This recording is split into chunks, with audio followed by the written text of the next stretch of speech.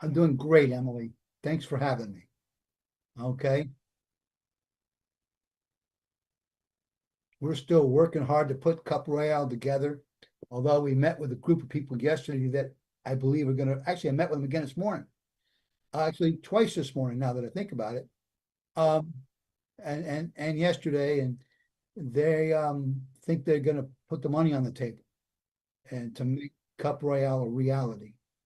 So for those of you that don't remember me, which I'm not that memorable or not, but anyways, um, I appeared on your show a couple of times in the past.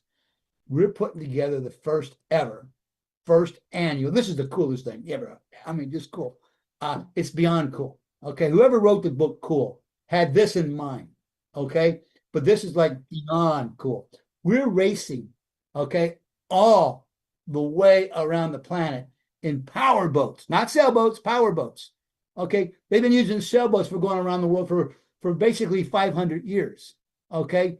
500 years ago, uh, Sir Francis Drake was one of them. Magellan was the big guy, okay, that he put together a group of guys, three ships and 300 men to go after the record for going around the world.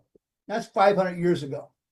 And from those three ships, one of them made it. The other two didn't make it. Okay.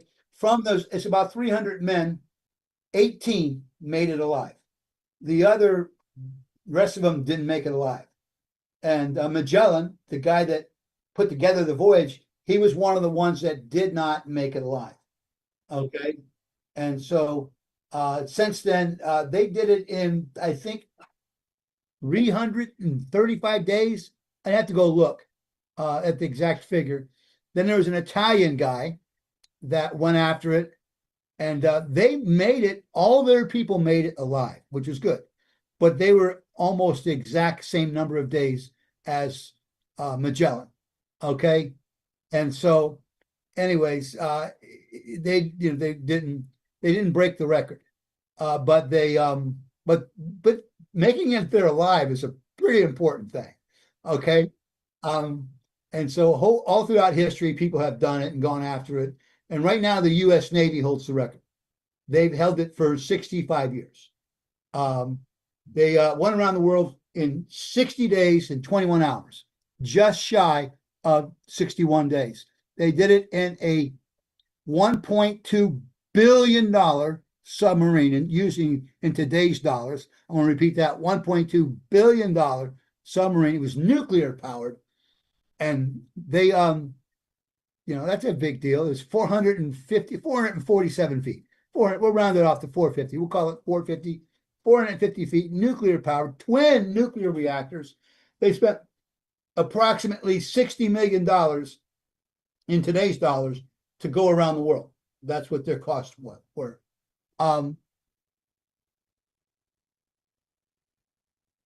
Yeah, that's a big difference. But now we're going for it. We're doing it with a $2 million boat. It's actually about a $4 million boat, but we're building it. And a lot of materials were donated by Seartex USA, Current USA. Um, Several other companies have donated materials to us, so our costs are down a little bit. We use property for free that we're building it on. So if you had to amortize that into the cost, we use it for free. Okay. As far as that goes, so I mean, they're my buildings on someone else's property. Okay, to make it work. I was able to. We built these. People don't realize it that most ships are not built in regular buildings. They're built in great big canvas structures. Great big canvas structures. Okay, and the reason for that is just great big buildings just are not cost effective. But these great big canvas structures can be built in such a way to cover the ship up while they're building it. So we build in great big canvas structures, and they're my great big canvas structures. So anyway, but I use the land for free, which is kind of cool.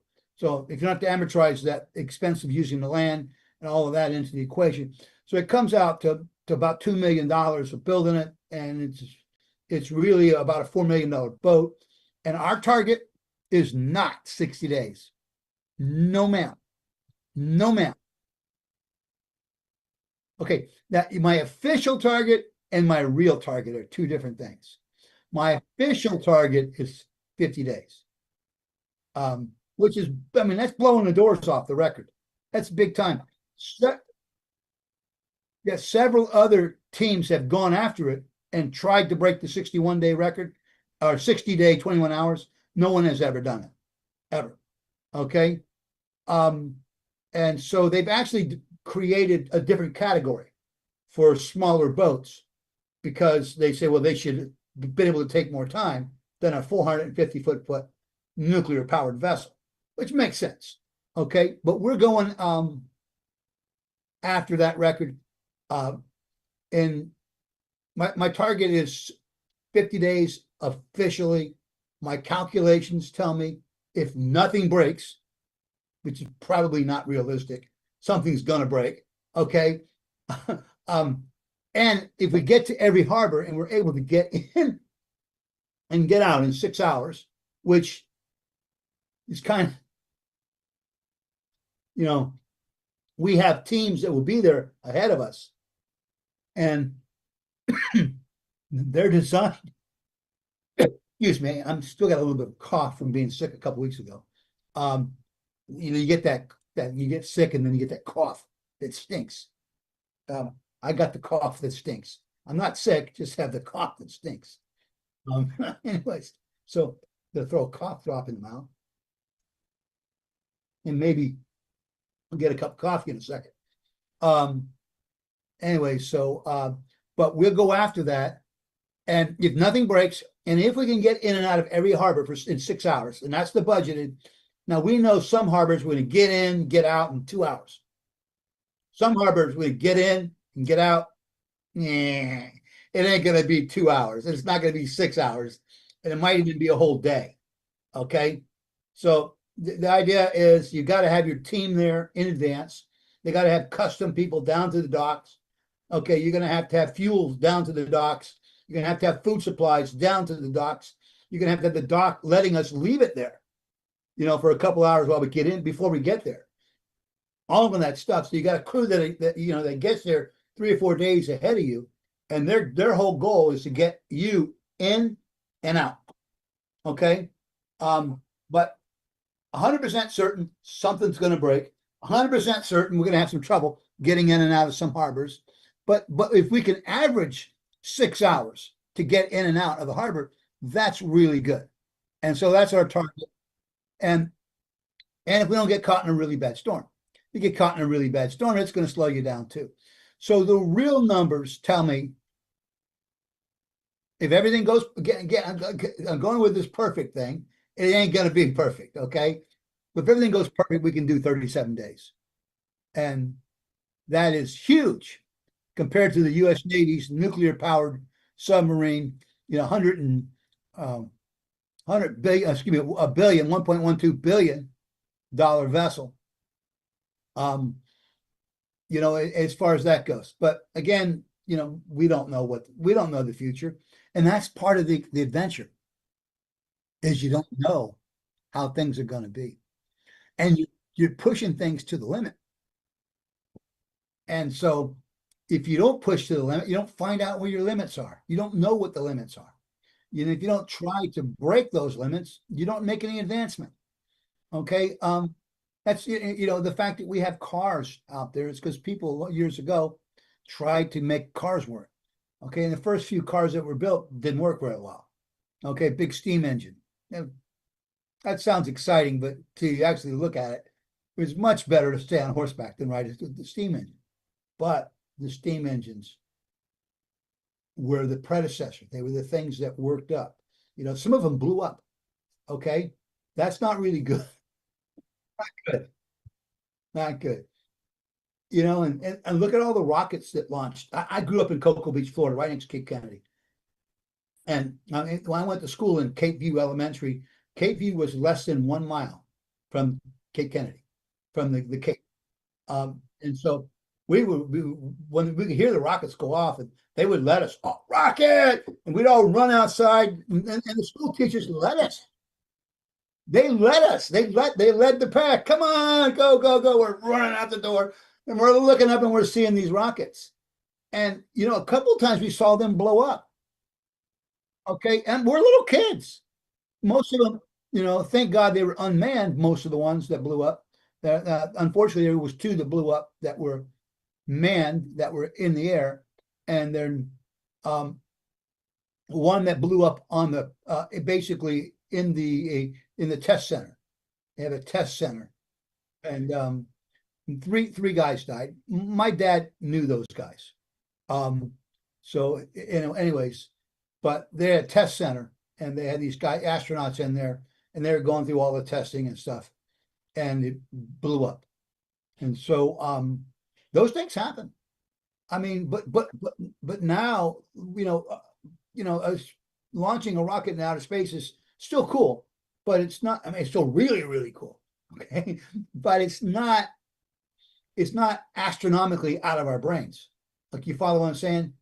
The advancements were made, and it's not astronomically out of our way. So I believe we're going to create new technology where teams race against each other to get around the world, and they're going to find things and discover things that are actually going to improve the world of shipping. That's my belief, and I'm sticking to it.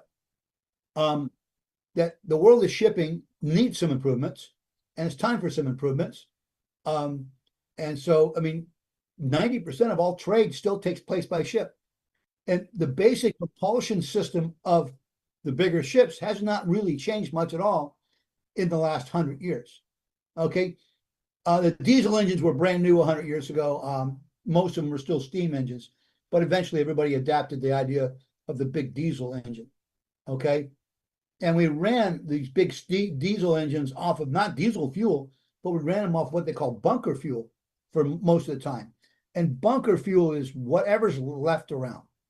You go in there, you take a big drum of, not drum, but tankers and tankers of oil, and they go through a fractional distillation program, and they take gasoline out of there and kerosene out of there and JP5 out of there, and they take diesel fuel out of there.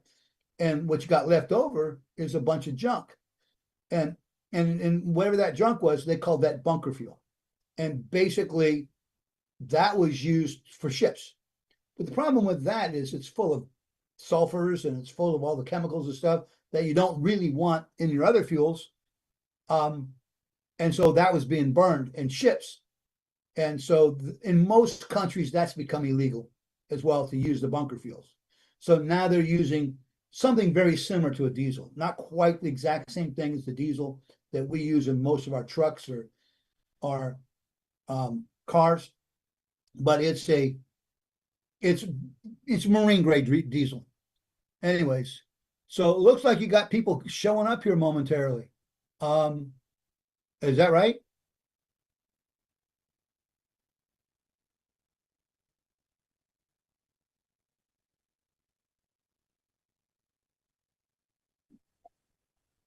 Hi, Emily and Kurt. Is that Kurt on them here? Man, I'm Oh, okay. Marianne. Now you think I'm as good looking and handsome as that guy Kurt. Cool. Okay. um, Kurt's probably 10 years younger than me, so that's even better. I think he's I think he's more than that. How old is Kurt? So he's about 13, 14 years younger than me. So I appreciate that, Marianne. So yeah, I just I wanted to share with you what we did for World Water Day on March 22nd. We went on a catamaran in San Carlos, Mexico, where I'm at, and I brought Brennan Williams, who is a sound bath bowl. He uses crystal bowls for healing and flute music.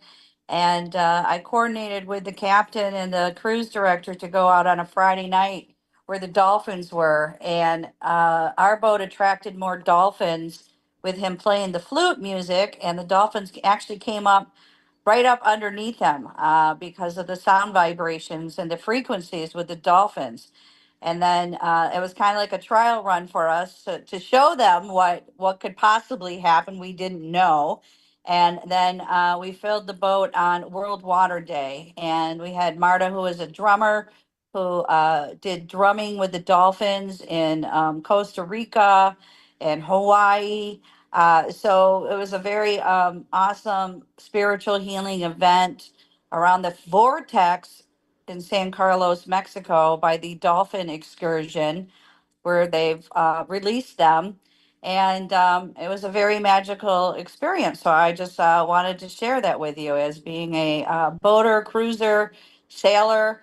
And we did take the sailboat out once. We were going to go to San Pedro Island. We had mechanical problems, but we did get the sailboat out after being moored for 4 years here. And captain is to live aboard. It's a floating home from Hawaii, and we did go out and put the sails up. We made a toast finally. He's done a lot of work. He redid the bow, all new flooring and everything, which took a whole year. And he did it out there on the mooring, not in the marina, because being not so noisy. And anyway, we toasted, put the sails up, and then we went and anchored out in front of a beach restaurant, and then came back in the marina and dinging around with the husky. So, but that was an awesome trip in itself. And he may be sailing the Sea of Cortez with some other solo male sailors this summer. Um, and yeah, Captain Carla's here. She's just pulled her sailboat out. She's leaving for Washington. It's getting extremely hot here, so we're sitting inside, got the air conditioner cleaned. My landlord's gonna give me a second ceiling fan to keep the electricity down. And I'm so grateful that I'm not living on a boat during the summers. There you go. Well, Yeah, being anchored is one thing. Being in a dock with electricity where you can plug in and turn on the air conditioning and have all that power, but I don't think I'm not going to go through that again. I went through that when I first came over here. It was extremely hot. You just sit there and sweat, and it's hard breathing. And this year is going to be different with El Nino when they're predicting. but So, here's the thing. When you get on a boat, sitting at the dock is missing the whole concept. Okay? yeah, you're right. You need to get out in the water. Now, if you get a chance, I want you to go to Amazon Prime and watch the TV show called I Am Second. I am what? I Am Second TV show. I Okay. Am Second TV show. It's about us crossing the Atlantic Ocean in the smallest powerboat that's ever crossed the Atlantic. It's actually I Am Second Wounded Hero Voyage, what's called. I Am Second Wounded Hero Voyage. And anyways, but it's 14 episodes. About I think they're about 42 minutes an episode. And Oh, so okay. but you're going to see lots of porpoises and dolphins. They come up to you all the time out in the water. Okay. Especially if they think you're going to feed them.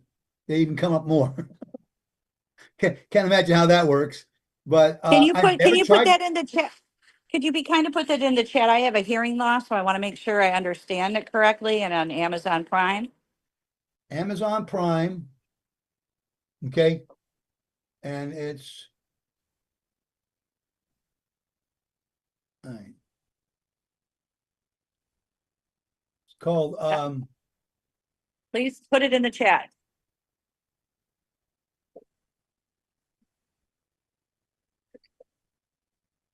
okay. Amazon Prime. It's called I Am Second Wounded Hero Voyage.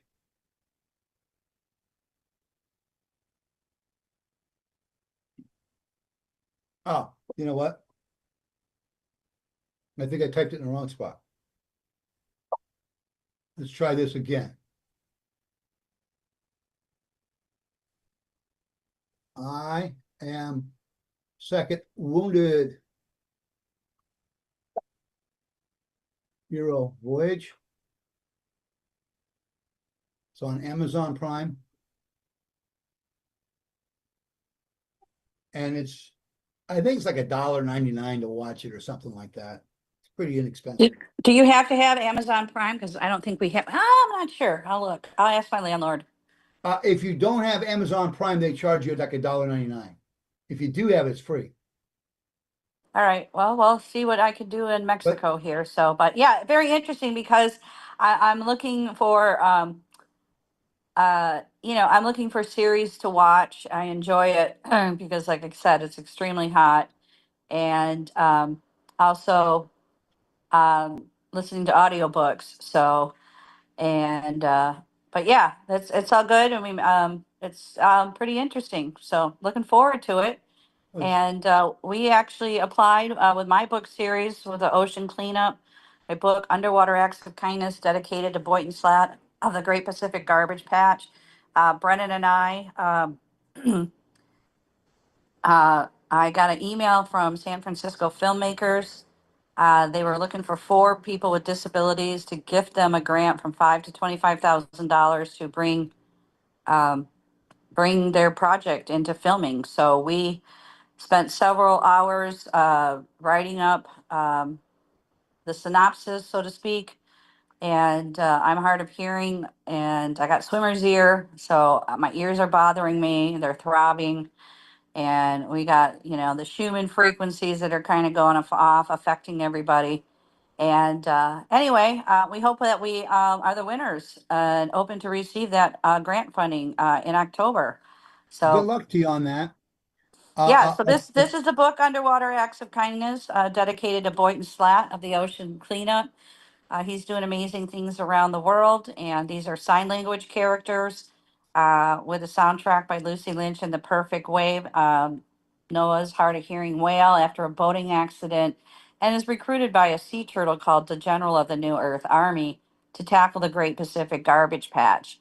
And guess what? I have a new neighbor upstairs. He's moved in, and he is a uh, veterinarian. He is 25 years old. He's doing his social work at like a turtle sanctuary or pelicans where they rehabilitate them. And he brought a bird home yesterday or 2 days ago. I could hear the bird chirping in my bathroom, rehabilitating them. And I just got a free book with all the fish from the thrift store to give him, so we can go over this kind of stuff. So it's very educational. I'm really excited because he's super kind and nice, and he's bilingual, and he wants. We're both working with each other and learning Spanish and English and the names of the animals. And I had him pronounce the Hono no, the Humanuma Umanuma Uhaha fish in Hawaii. So it's going to be a great summer. And so I'm looking forward to that. But he's doing stuff with turtles. And last year, the summer camp, I went on campus and was a guest speaker to promote my book series, taught the ABC, ASL finger spelling alphabet with Dr. Fingers, the finger spelling hermit crab for the kids, and I hope to do that again. So, little things that we're doing, educating the community of all languages for, uniting for, a clean, healthier environment around the world. So, Emily, I don't know, could you be kind to play my book trailer, Underwater Acts of Kindness, again, since we're diving deep into these underwater discussions and sailing and cruising and the stuff that's happening around the world. So where are you currently now? I know you were going to do this big major powerboat race. Are you we're in still Florida doing still? it. It's to put this together, it's costing the whole package is over $100 million. And Wow. so um, we've got people lined up that will help us with the 100 million, provided we raise smaller amounts of money first. And we're still raising that smaller amount of money. Um, so yesterday we were asked not to accept anybody else's money because a group that we spoke to yesterday, and then again today, a couple times yesterday, and a couple times earlier in the week. They really came on yesterday, and then I spoke to them again this morning, actually twice today. Um, and so we're all going through the pieces. Hopefully they'll bring the capital to the table. Maybe they will, maybe they won't. I don't know. Um, but we do have a licensed group that has raised $300 billion, not million, billion. That's a lot of money to raise.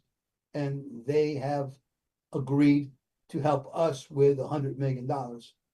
But we have to raise a certain amount of smaller money first, and that has been much, much harder than I ever dreamed it would be. Simply because I think people, there's a factor which people hit in their heads where two things don't mix at first. And you've got to actually teach them to connect the ideas. Now, what I mean by that is I can flap my wings, my arms all day long. And I can flap them really fast. I can flap them super good. I'm never going to fly by flapping my wings. Just not going to happen. My arms. Just not going to happen. But you know what? I'm not very far from Tampa. I can get in a car and drive to Tampa International Airport and get out of that car, go inside, okay, go through customs, get on a plane, and get in New York in 2.5, 3 hours. I mean, no time flat. The difference is having that 747 or that A300 or 320, whatever it ends up being, that you get on, and there's a pilot there, and they have the fuel, and they can get me to New York in 2.5 hours. Okay, pretty simple. When it comes to raising money, it's the same way. Okay, there's people who raise gigantic amounts of money, but they expect you to have certain things done first. And that's what I'm doing. I'm pulling the money together to do the certain things first. And it's not that complicated, but it's still What difficult. if If it was easy, everybody would do it. That's just the way it is. Okay, so I've looked for people with as little as $10,000, and some that have come on board for more than that, quite a bit more than that. And so, which we did about $2 million worth of research and development. That's already money already spent. Okay, but the technology is already there. We don't have to go worry about the technology. It's done. U.S. Army bought from us. We got repeat orders from the U.S. Army. National Park Service bought from us. We got repeat orders from National Park Service. Federal Fish and Wildlife bought from us. We got repeat orders from the Federal Fish and Wildlife for our specialized boats. National Oceanic Atmospheric Administration bought from us. Fishermen around the United States bought from us. Fishermen in other countries bought from us. So we know our technology works. We don't have to wonder about it. It's just a matter of putting together the pieces. That's all. And so I don't want to, I'm one of the guys that if you let me, I'll talk for 4 hours. Okay. And I don't want to take over everybody's conversation pieces. But I believe that competition brings out the best and the worst in people. And so creating this competition gives us an opportunity to bring out the best in ourselves and hopefully the best in other people. But if you ever have to wonder about whether or not competition works, look at the world for just a few seconds. And 86 countries speak English. That's amazing. England must be a gigantic country. No, it's not. Not very big at all. Okay. Why is it 86 countries speak English? That's a good question. You know what's next? The French. 29 countries speak French. Well, France must be a great big country. Well, it's big. It's bigger than England, a lot bigger than England. Okay. But it's not that big. Well, what's next? 26 countries speak Spanish. Okay. And I think it's 24 that speak Portuguese. I'm not sure. But those two countries aren't that big either.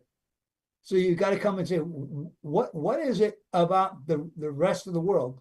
Why do these countries dominate the language of the world? Because Spain, Portugal, France, England are all right next to it. And you know what's also in line right there? The Dutch. And it's also right there next to them. So how is it? Well, they colonized. Well, how'd they colonize? They had better militaries than the rest of the world did. How did these countries get so good, so dominant in their militaries? It's really simple. They constantly fought among themselves. Constantly. They had new ideas that were brought into the equation all the time, and they had a referee. Now, whether you like the Catholic Church or not, the Catholic Church was a referee among these European countries. If if France took too much of Spain, the Catholic Church would say, give it back. And they gave it back. If the Spanish took too much of France, give it back. If the British were nonstop fighting with the French, and the Catholic Church make them give it back. in a lot of cases. Okay, so and those are the referees that kept anybody from running away. What happened was long about 1500, 1600, the British, the English said, we're not going to listen to the rules of the Catholic Church anymore. And so consequently, then they basically became the dominant force around over everybody else. But what happened was these guys got very, very good at war, very good, and they were able to just, look at who ruled who, the British and India, England and India. Okay, India England had about $2 million people. England about 2 million, 3 million. India, 500 million people. Okay, and who ruled who? The English ruled India because they were so dominant in their ability to fight. And again, it came from competition, massive competition, new ideas, and a referee. So we're bringing to the world massive competition, new ideas, and a referee. And we want to see new ideas in the world of transportation, in the world of shipping, that come into play. And there will be new ideas that come into play. And some of them will be my ideas, but most of them won't be my ideas. It'll be someone else's idea that's a whole lot smarter than me. But the shipping industry hasn't changed much. It's not because they're not good ideas. There's lots of good ideas. There's also massive risk. And the risk is the part that makes people do the same thing that their father did, because they don't want the risk of doing something new. And look at insurance companies. If you can't get insurance on a ship, no country will allow it to enter the harbor. Why not? Look at what happened in Tampa Bay, Florida, and Baltimore. Okay, Tampa Bay, Florida is about 35 years ago. And then Baltimore was like only about a year ago, maybe a year and a half. But big ships hit a bridge. They just wipe it out. They do massive amount of damage. And so somebody has to have insurance to cover all that. And so if you can't get insurance on your ship, no one wants it in the harbor. Kind of makes sense. Okay. And insurance companies don't want new ideas because they're not proven, they're not tested. So we're providing a proving ground to prove and test new ideas. And if you can survive a 60,000-mile race, you'll know it. Like, for instance, you've ever heard of Evinrude? Evinrude outboards? Evinrude outboards is the oldest manufacturer of outboards in the world. And just recently, they shut down their doors. They closed up. And what happened was about 10 or 15 years ago, they came out with the E-Tech engine. It was the best thing since sliced cheese. It's probably actually older than that. It's probably more like about close to 20 years ago. This E-Tech, it was the best engine you could imagine. It was so good, and it got good fuel economy, good environmental issues, and people, and they were very good, and everybody loved them. So they sold a ton of them, absolutely ton. It's a light engine as well, and the weight of an engine is a big deal. And so they sold a ton of them. They gave away 5-year warranties with them. And what happened was they started breaking. They broke over and over and over and over again. So Evinrude, okay, had so many warranty claims, so many problems. They shut their doors. Now, whether or not it's ever going to come back, I don't know. But the fact that this major corporation's gone or is no longer producing outboards, that is a big deal. And so if they had taken those outboards and ran them on the Cup Royale, okay, they would have found out that they break. And that's a big deal. And before they sold a ton of them. So Marianne, I see you kind of got going all around in circles there. You getting your fan running?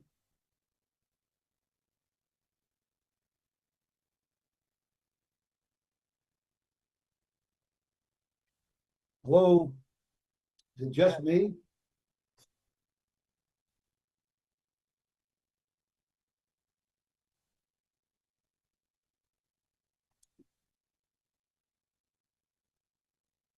Oh, it all depends on funding. Okay. And it's really a big deal. And this is not going to grow organically. A lot of people think we're just going to announce this boat race and everybody's going to show up and do this. That's not happening at all. Okay. One is we break the world record for going around the world. That's a big deal. Once we break that world record for going around the world, we go to country after country after country, and we challenge them to come forth and bring forth a champion capable of racing us. And so, and that's not so easy. But when we do this, they'll know it's a challenge. And we're challenging the wealthiest people in the world to buy a team, to put together a team, put together a research team, and actually do the research to improve the fuel efficiency of the shipping industry, to compete with us. And we're going to challenge them. We go country to country, and we're going to be wearing these gauntlets. Gauntlet's a fancy word for a glove, okay? But they're a military glove, big, heavy glove. You go with your helmet on. You got your heavy, you got your racing jacket on. You got people standing next to you waving the American flag, okay? And you can invite all the news media out, okay? And so you're a world record. You're visiting in the country today, you know, and we invite all the news media, and then we talk about the race, and then we take the glove off. It's the left glove you take off. You take the left-hand glove off, up in the air, and you throw it on the ground. Bring forth the champion, okay? And you throw the challenge out, okay? If you know a rich person in that country in front of the news media, call them out. If you're in England, you want to say, Richard Branson, bring forth the champion. Come on out. Okay, step out. And we challenge you. Throw the gauntlet down. Come forth. And so, anyways, we do that. We go around the country, getting a lot of news media. Maybe we don't get Richard Branson. Maybe we get the guy behind Enos, okay, or a few other people. There's some wealthy people that live in the London area. But you go there and you do that. Then you go to France. France had one of the greatest navies in the world at one time. Okay, nowhere in comparison now to the top players. But you challenge their history. You challenge their greatness. Okay, come forth. Bring forth the champion and race us. Now, it's really important that our guys waving American flags do not plant them in the ground, because that's considered a big deal. Okay, you don't plant your flag in someone else's country, but you can wave your flag. You can throw the gauntlet on the ground. Okay, you can get the news media talking about you. You can get the, you know, the social stuff talking about you. And you do that and bring forth champion. At the same time, we have behind the scenes our own people that are meeting with people face to face, eyeball to eyeball, behind the scenes, signing them up to race in this race around the world. So this is not an instant happening. This will take a few years to happen, but once it happens, it's going to take off, and it's going to be worth a lot of money, and just be not just worth a lot of money, but just a great thing, because there's so many things you can do when you have control of a large, loud microphone. Okay, so we talked about, you know, things for people with disabilities. There's all kinds of people that want to help that, but they just don't know that they want to help.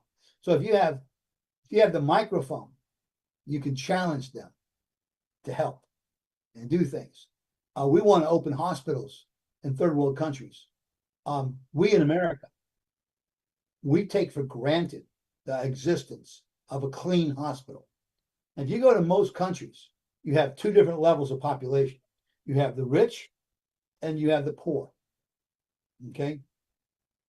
If you have money, you can go to the rich man's hospital.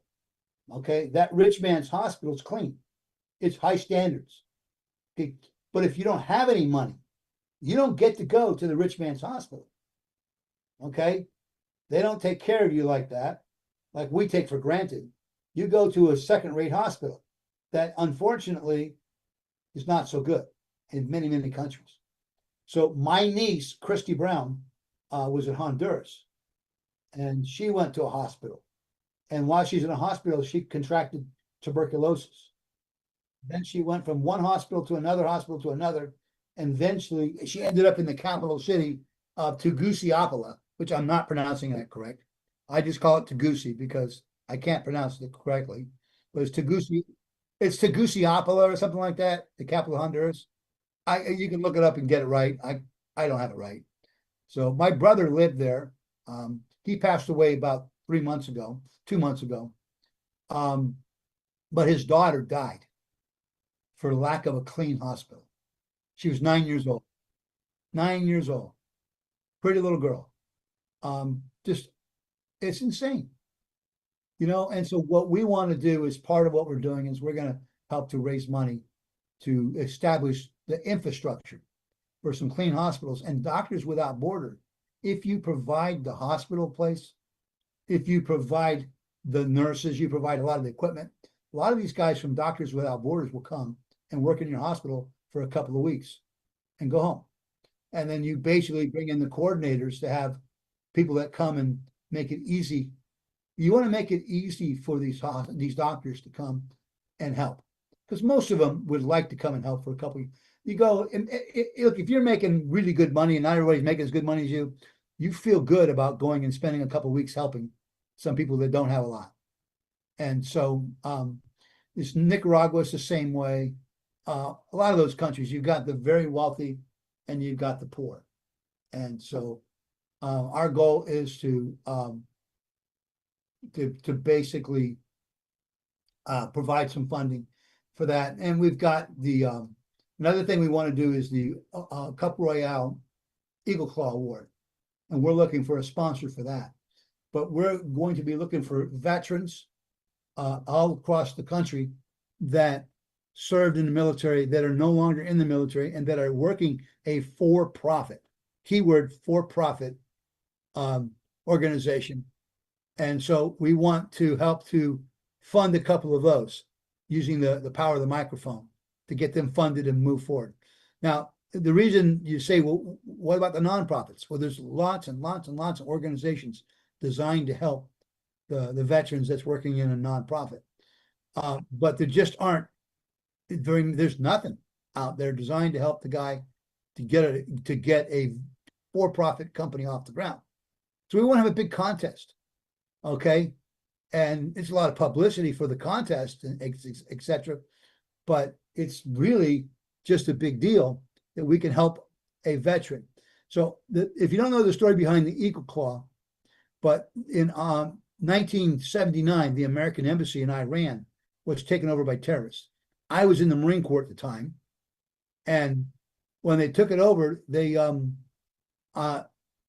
there's, I think, 57 Americans, I'm not sure the exact number, that were kept there, and they're kept for about 450 days, a year and a half, almost, basically under guard in Iran. And there was put together a team to go free them. And that operation to help go free them was called Operation Eagle Claw. I was on the backup for that team. I had nothing to do with it whatsoever. But I was told I was on red alert for it. And there was an incident in the desert where a C-130 collided with it's not really true, a C-130 on the ground, and a chopper was refueling on the ground. And because of problems, the chopper ran into the C-130 and it blew up, and it killed 8 men that day. Sergeant John Harvey, Corporal George Holmes, and Dewey Johnson, the three Staff Sergeant Dewey Johnson, were the 3 U.S. Marines that gave their life that day. And I have kind of made it a purpose in my life. One of my many, many goals I have in life is to make sure those men, all 8 of them, not just the 3 Marines, but not all 8 of them, are not forgotten. And in their honor, in the honor of Operation Eagle Claw, we want to help a veteran get their business off the ground. Okay? And so that's a big deal. I know how hard it is to get the seed money necessary to get things moving. And so, like, we raised a bunch of money for research and development in the boat manufacturing concept, but I got it in little pieces, little piece here, a little piece there, a little piece here, and a little piece there, a little piece here, a little piece there. We didn't have it at one time, and we were constantly spinning our wheels, consuming most of our time trying to find the capital to get to the next level. And that's no way to run a business. So if we can help somebody skip that step, okay, and get to the next step, where they're in a much better position to raise capital, to get the help they need, to hire the people, okay, to make a difference. And so, I mean, it doesn't matter what company it was. If you go look at any major company that's existed And if you help them with additional money in the first part, it would have made a huge difference. And a huge difference in how fast it grew. So, anyways, I think it's exciting. Do you have any questions?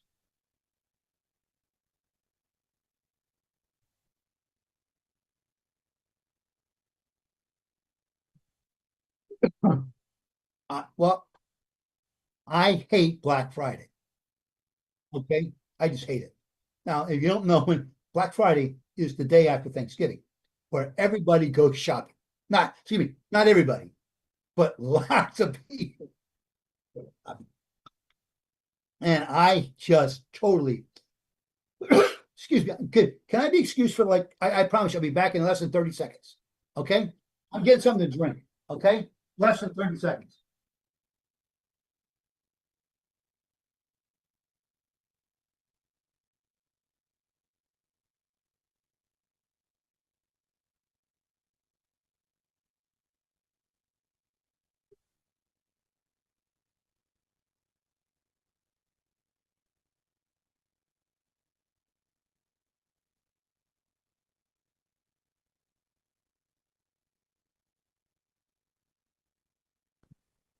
Excellent. I'm so happy to hear that. And all right.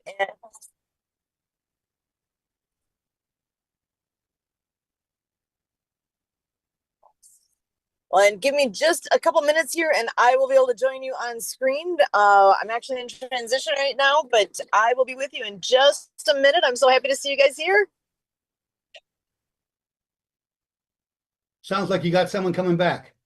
Yes, that I can hear now too. And if you could be kind to set up the underwater acts of kindness video dedicated to Boynton Slat to showcase that. Okay.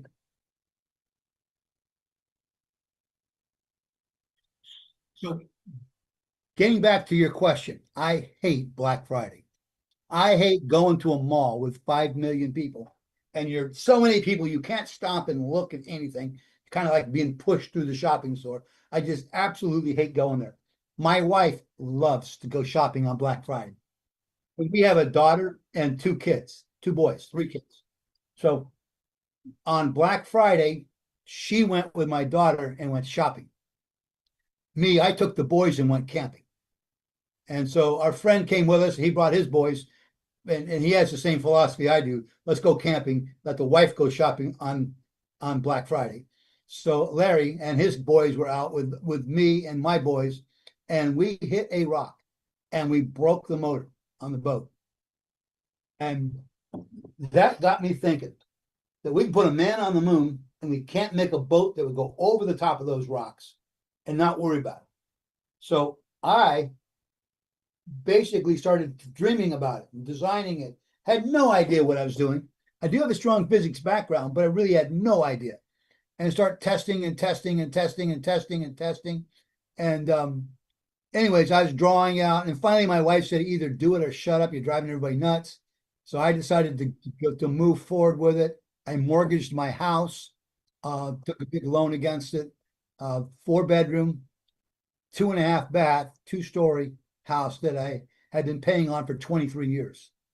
But I remortgaged it and raised quite a bit more money and started building and testing and building and testing and building. I had no idea what I was doing, but I hired a marine engineer that had a lot more knowledge about it, a boat builder and a marine engineer. And so between the two of us, his philosophy is very old school. Don't do anything new, because that's the way most naval architects and marine engineers all think the same way. Don't do anything new because it's too risky. And that's just their mentality. Mine was, I want to change the way we're doing this completely. And I was willing to change everything and make mistakes. I was willing to fail and keep trying and make more mistakes, fail and keep trying. And so I had about 16 major rebuilds and about 30 minor rebuilds before I had what I wanted, a boat that could run in that much water. In case you can't see my fingers, we're talking about 3.5 inches. I'm talking about the motor too, not just the boat. But and that's a big deal, but not that big a deal. Airboats will do that. The difference is now take that boat in big waves. Make it so it won't tip over, it won't sink. Okay. And I developed a boat that would run offshore in big waves, okay, and big breaking waves and still run in super shallow water. And so it took me a long time. Now, while I was doing that, I ran across another idea. This other idea was just an idea. Thought, well, if I did this, could I improve the fuel efficiency? Because boats get horrible, horrible fuel efficiency. I don't know if you knew that or not, but they do. Okay, Kurt knew that because he's a water skier. He knows that it costs you 3 arms and 2 legs, put fuel in the boat. Okay, and a water skier's got to go fast enough to pull the water skiers. So there's a lot of fuel, and he knows that. But anyways, so the reality was I wanted a boat that could run through very shallow water, handle big seas, and I also wanted better fuel economy. So I went back to the fuel economy ideas over and over and over, and I tested them, and they actually worked. The first time they worked. They weren't perfect, but they worked the first time. Then I said, okay, how about if I modify this and modify this, will I get better results? So I started doing all these modifications. And the more I studied it, the more modified I get, the better the fuel economy got. And I said, wait a minute, now we have something. So I thought, well, I'm going to demonstrate it to the world by breaking the world speed record for going around the world, just a demonstration. But the more I looked into this, I realized there's never been a race, a powerboat race all the way around the world. And if you did it and you broke it into 20 ocean races and 20 harbor races, you're talking about something that's really, really big, has an opportunity to be really, really big. I mean, you'd have to have your head, in the dirt pile, pretty deep in the mud, to not know World Cup soccer is going on right now. And it's everywhere, all over the United States. It's big. What makes it so big is that it's nation competing against nation. That's the real big deal. And so these nations are competing to be the best in World Cup soccer. And other than the United States, I could care less who wins. I want the United States to win. Are they going to win? I don't know. Okay. I hope they do. They're doing pretty good so far, as of what I understand. So I'm hoping that they do well. But even if they don't, other teams I wish well. And so, but it's all over the TV. It's all over the news. It's everywhere. It's that nation versus nation competition. So what we're creating is a nation versus nation competition. And we're going to do the things necessary, okay, to make it a big deal. And that's just a big, it's a lot of my friends think that I think we're just going to organically grow this and that we're going to announce it and everybody's going to come running to us and sign up. It's just not going to work that way at all. Okay. We're going to do it. Basically, we're going to create this thing and do the things necessary to create the television, to create the audience, and to create other people that want to own teams. And then we're going to go to them and get them to sign up owning teams. And we're going to build it gradually. And it's not going to be that gigantic thing in year one, like a lot of people think. And in fact, I know it's not going to be. So if you think it's going to be a gigantic thing in year one, then you're making a gigantic mistake in your mental processing here. Anyways, did you have any questions? Looks like you have Helene, is that right? Helene, waiting on. Yes, this is Helene. Nice to meet you. Yes. I just came in, actually. So,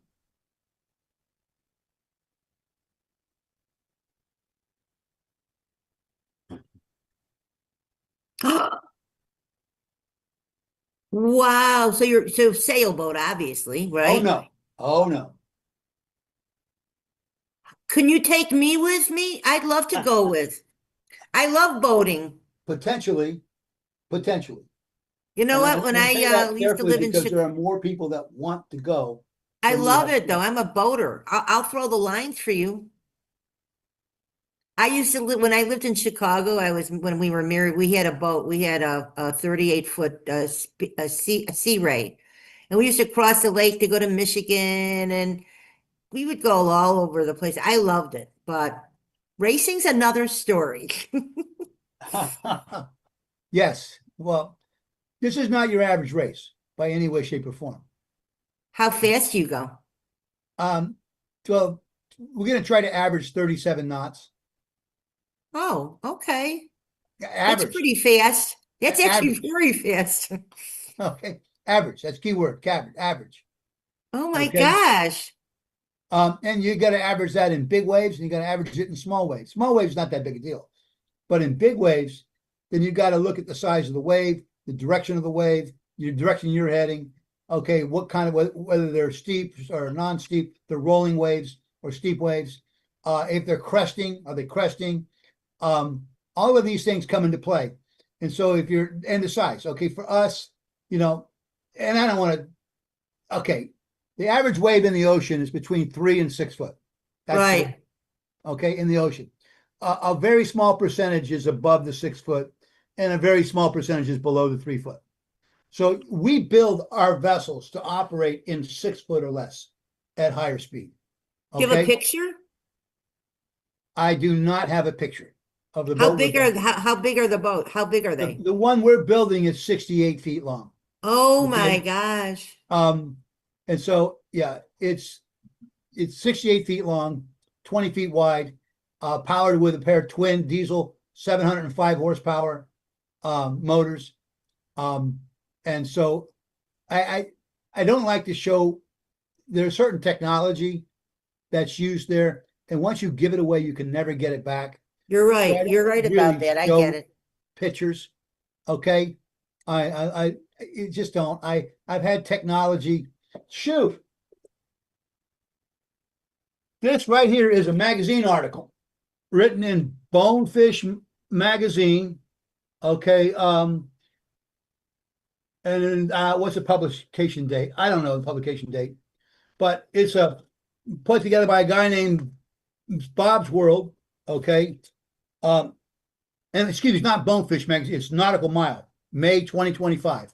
In there's an article on a new boat coming out.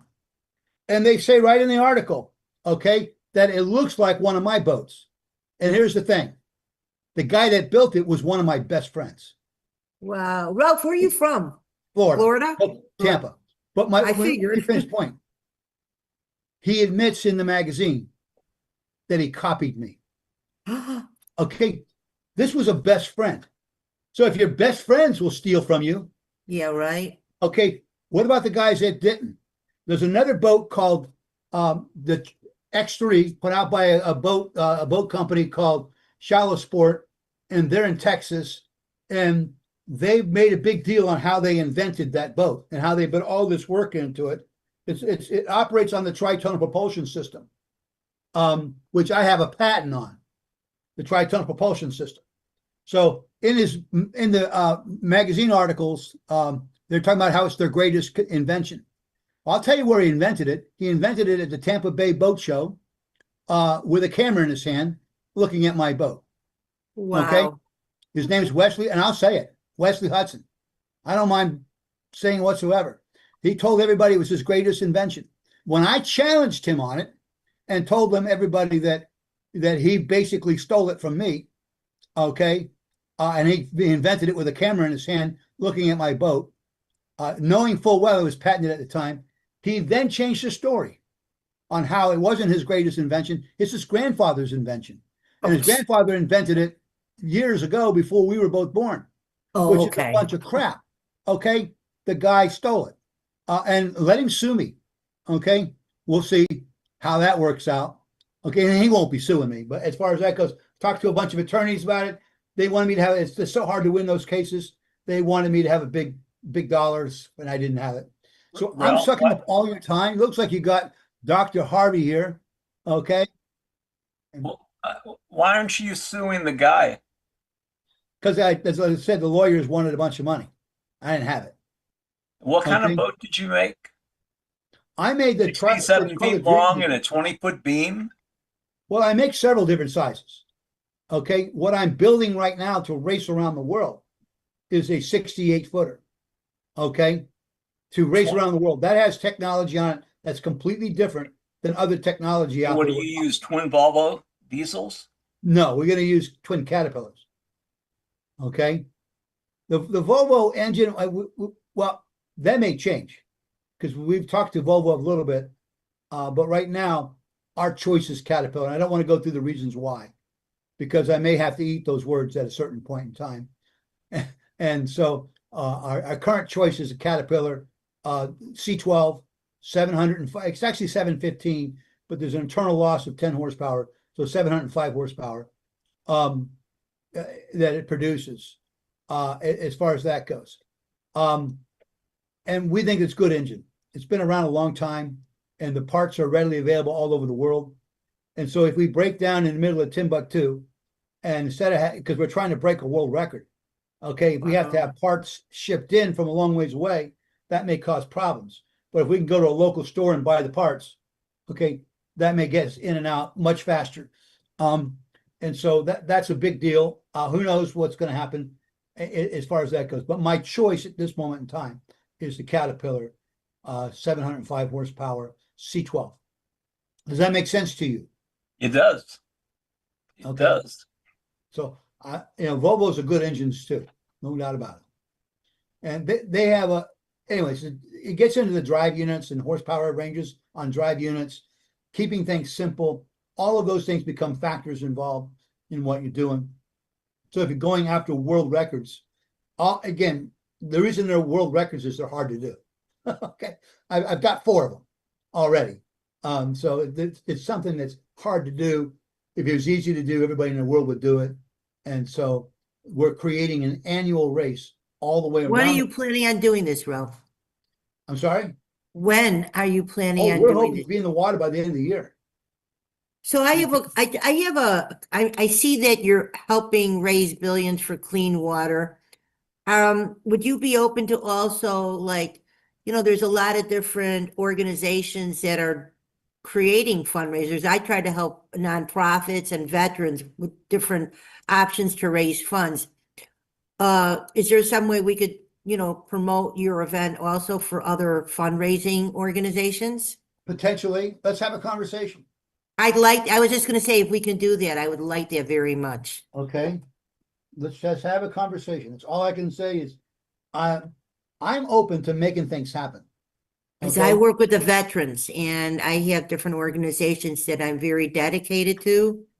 And I think this would be a great way for to bring in for both. So let me give you my information. Okay, are you going to put that in the chat? Is that Yeah, I'm going to put my information. Yes.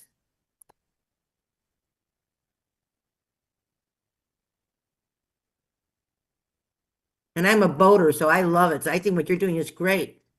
By the way, where did you live in Chicago? Well, I used to live in Northbrook, but then when Okay. I moved here, I lived in Willowbrook, which was right next to Oakbrook. Okay. I went to college in Crown Point, Indiana. Oh, Just okay. across the state line.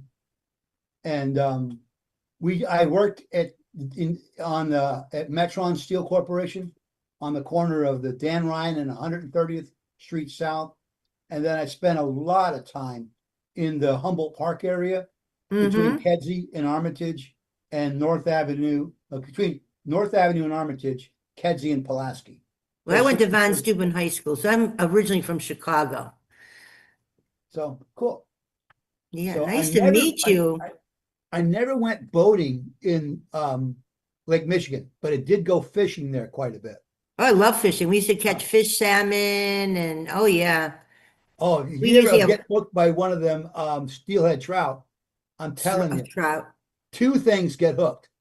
That steelhead trout's hooked, but you're hooked. I mean, you got to come back and do that again. These things run, they leap out of the water, they run, they're just great, man. So we used to go fishing in Michigan City, the pier there. Oh, okay. Yep. Okay. And right where the inlet is, I forgot the name of the river, but the river's coming in there, and we fished the inlet. And so I never went boating up there. I just went fishing there though. Oh yeah. I could tell you stories, but not today. When we meet, we'll share some boating stories. That'll be great. Thank you. Thank you. So I've already dominated everybody's conversation here, so let's let other people talk. Awesome, thank you. So Hi, Sue. Hi, guys. It's Marianne of Waikiki here, and I have a couple questions for Dr. Harvey.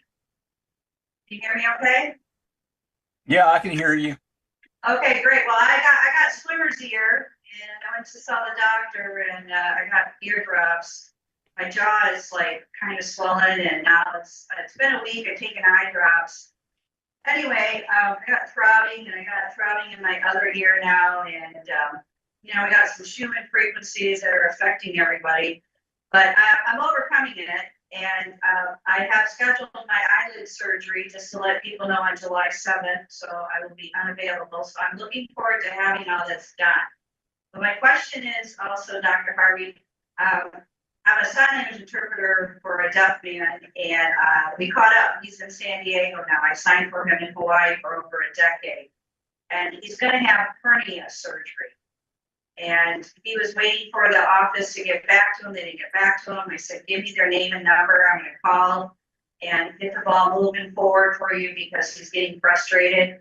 So do you have any words of wisdom for this, my friend? He's in his 50s. He's going to have hernia surgery and he can't lift weights. He does try to work out. And anything for prepping that we can help benefit him or anything like that? Well, that's a pretty common surgery. It's usually done if you're there overnight or 2 days. What seems to be the problem? I'm not there. It may be workout related from the gym. Because I'm in San Carlos. We caught up yesterday and we were updating that. I said, hey, I'm going to have eyelid surgery, so I'm not going to be available, just to let you know. And then he said he's going to have his hernia surgery. So I just was helping him with getting the ball going. That's all I can tell you. And told him to make me as an emergency contact and making sure they have interpreters there. He speaks very well, but anything that I can, be supportive for him or anything like that. I just wanted to get your thoughts or opinions. I mean, being cynical, I could think the only reason they're delaying it is they don't have insurance clearance. Well, he has insurance, so. No, with that the insurance has authorized it. So that takes time. That could be the delays. No, it shouldn't. Yeah. So. Anyway. But that would be, to me, that would be the first thing that comes to my mind. The second thing would be something happened to the surgeon. Because again, those are really common surgeries. Yeah, they are. But I also had a friend in college that went under and he didn't wake up from the anesthesiologist. So. Now that's a different story. Yeah. So I didn't want to bring it up and put fear in his mind, but that did happen to me. He was a high school. I went to prom with him, actually. Well, the other thing is I believe in the universe and whatever happens for the best. So is there anything diet-wise he should be kind of prepping for, just kind of, so if I talk with him, then I know a little bit more instead of, if I talk with you on the world of ability and. Well, I would think that one of the things he would want to do is make sure that his liver is clean, because as soon as they give the anesthesia, it won't be clean anymore. So make sure his liver is clean? Yeah. Okay. And drink a lot of water. Yeah, we talked about Himalayan salts, and I told him too about I'm taking more salt. I feel a lot better because I feel more hydrated, and I'm soaking my feet at night with baking soda and Himalayan salt, and that's just relief. I think and just doing some home remedies that can benefit. And I kind of had this bump in my foot, and it's kind of went down. But is he overweight? I'm telling people to use the Himalayan salt. No, is your friend overweight? when he was in Hawaii, he had thyroid problems, okay? And he was average for his height, okay? He was slender, and then he did get a little skinny. And then during COVID, he's got the pot belly, and he looks like he's pregnant. So he does go to the gym. He doesn't drink alcohol, and doesn't smoke anymore. And so, but COVID sitting, and men, women in our 50s, menopause, I don't know what you call it, but yeah, body shifts and changes and stuff like that. But I know he does go to the gym. That was his thing because he wanted to get moving because he was like lifting weights. So Yeah, but when you hit 50, going to the gym and working out isn't a way to get rid of the weight, because the weight is put on. It's a different process. And that's why when you get people and you say to them, well, you're eating too much, or you're not exercising or whatever, and they don't lose weight. And one that happens probably because there's a toxic effect going on. Somebody that gains weight like that, and they gain it in their stomach, that usually has to do with something going on with their metabolism. great. Okay, I'll share that with them. And thank you so much for your support. Again, this is the World of Ability. That's what we do. And people coming in, I was a sign language interpreter, so I'm helping my deaf friend schedule a hernia operation. Today I was at the thrift store. I ran into some neighbors. They're sailors too. Their daughter was here. She's deaf, so I got to meet her. And Emily, we're still waiting for that book trailer. Santa.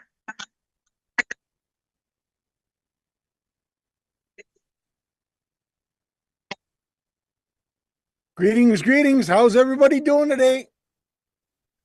Better Where's that you're Miss Sue here. hiding today? Hey, Doctor, and hi, Ralph. We're Hello, doing Emily better and that you're Marianne. here, Papa. Sorry, missed that, Dr. I said we're H. doing better that you're here. Awesome. That's why I showed up. I appreciate that. And Helene How's wanted your to talk to weather me. in Texas treating you today? Oh, it's about 100. Oh, is that all? We're supposed to be high 80s, low 90s for the next week. So, but I don't know about you, but we got about 80% humidity going on with that. So it's going to get a little ugly.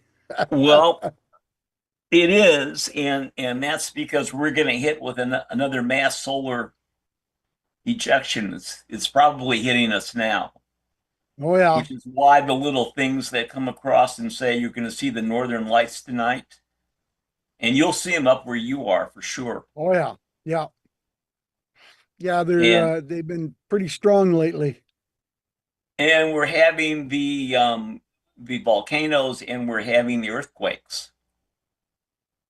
Yeah, I seen another post last night or yesterday about another tsunami in the Pacific because there was another big earthquake somewhere and it was triggering another big tsunami. Yep. Glad I don't live along the coast. Well, there's nothing you can do about this. There's no way you can stop it. I just sit No. there and, I'm like Mr. Spock. This is really fascinating.